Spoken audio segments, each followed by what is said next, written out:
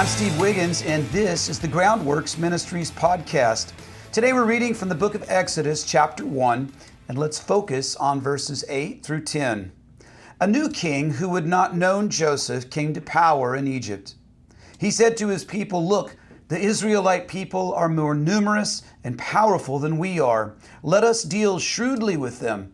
Otherwise, they will multiply further. And if war breaks out, they may join our enemies, fight against us, and leave the country."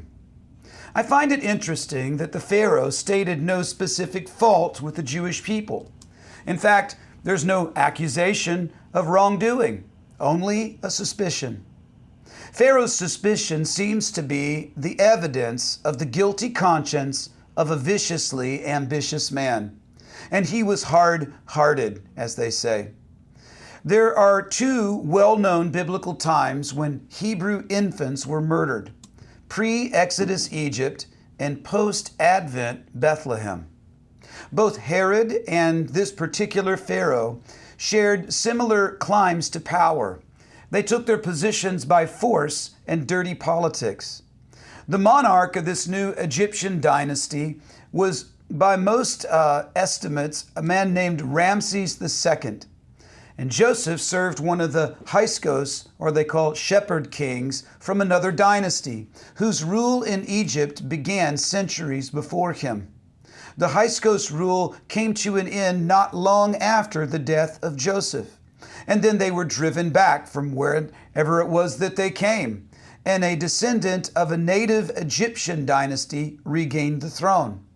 And this new Pharaoh undoubtedly was raised on nationalistic pride, fueled by generations of hatred and mistrust of foreigners. Now, I grew up in the southern United States. In those days, there were intense race struggles between Americans of African and European descent. And most often, the hatred had nothing to do with the character or the actions of any particular individual.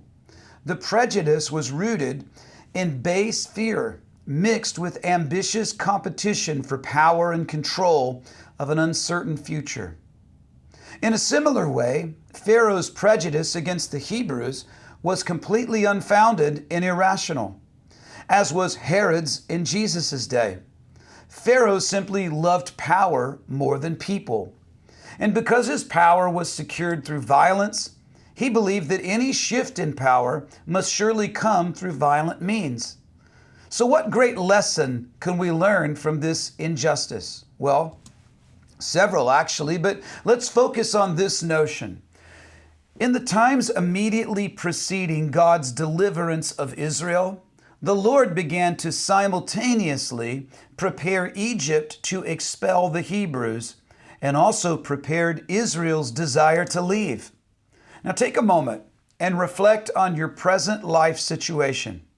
Has the Lord given you a vision and begun a calling for you toward which you're supposed to begin moving?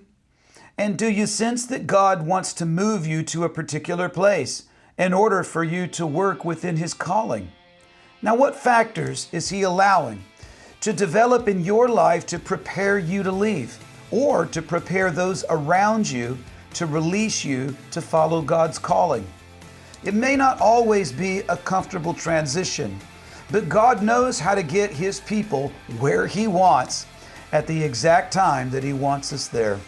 I'm Steve Wiggins, and this is the Groundworks Ministries podcast. Check us out at groundworksministries.com.